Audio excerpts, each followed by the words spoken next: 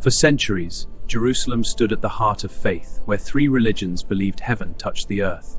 Here, Muslims, Christians, and Jews lived side by side under the shadow of holy ground. For Christian pilgrims, reaching Jerusalem was the journey of a lifetime. But the road to the holy city was long and often dangerous. In the 11th century, a new power rose in the east.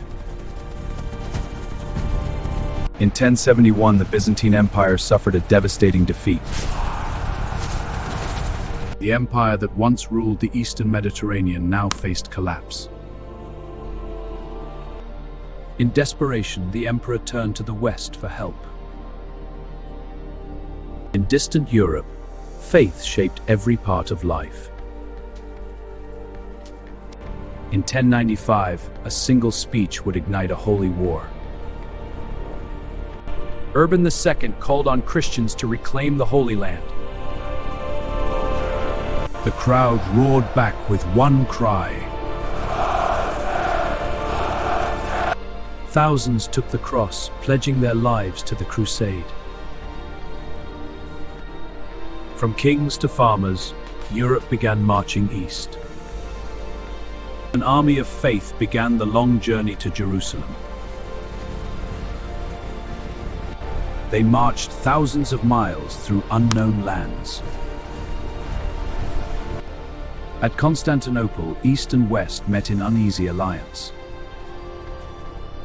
Two worlds united by a common enemy. Beyond the sea, the real war awaited. The First Crusade had begun. The Crusaders quickly learned this land was far more dangerous than they imagined. The Seljuk Turks were watching, waiting for the perfect moment to strike. Then, the ambush began. European knights answered with brute force. Victory came, but at a heavy cost. Their first great objective, the city of Nicaea. The Crusaders prepared for siege warfare. For weeks, stone and fire rained upon the city. Inside the walls, the people of Nicaea fought to survive. The Byzantines had a plan of their own. Nicaea surrendered, but not to the Crusaders. You let them surrender! Our victory was stolen! Stolen? Already tensions between allies were growing. But the crusade continued. Soon, hunger and thirst became their greatest enemies. Every drop of water meant survival. Ahead of them stood one of the strongest cities in the world, Antioch. To capture Antioch would require patience, sacrifice, and luck. The siege would last months. Soon the Crusaders themselves began to starve. Then, betrayal changed everything. After months of suffering, Antioch finally fell. The Crusaders stormed the city with unstoppable fury. But victory came with terrible brutality. The Crusaders had taken Antioch, but now they were trapped inside it. A powerful Muslim army arrived to retake the city. Now the Crusaders faced starvation inside their own conquest. Behold, the holy lance which pierced the side of our Lord! Then a miracle was proclaimed. The promise of divine favor restored their courage. Against impossible odds, they marched out to fight. The battlefield would decide everything. Incredibly, the Crusaders won. They believed God had delivered them. But the crusade was not finished.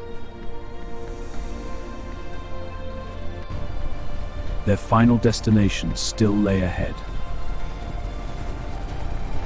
Every step brought them closer to the holy city. At last, Jerusalem was within reach. But the city would not surrender easily.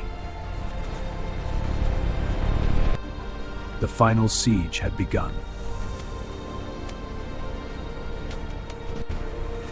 Everything now depended on breaking the walls. For them, the holiest battle in history was about to begin. In the summer of 1099, the final assault began. Massive siege towers rolled toward the walls of the holy city. Jerusalem's defenders fought desperately to hold the walls. At last, the Crusaders reached the walls. The battle for Jerusalem had begun. The defenders were slowly pushed back. Soon the gates were opened. What followed would shock the world. The capture of Jerusalem turned into a massacre. When the violence ended, the holy city lay silent. For the Crusaders, their mission was complete. Jerusalem now belonged to the Crusaders. New Crusader kingdoms soon spread across the region. But the struggle for the Holy Land was far from over. For nearly 2 centuries, war would return again and again. Today, only ruins remain. But Jerusalem still stands at the crossroads of faith. A city sacred to billions, shaped by centuries of conflict. The Crusades were fought in the name of faith. But they remind us how easily belief can become war.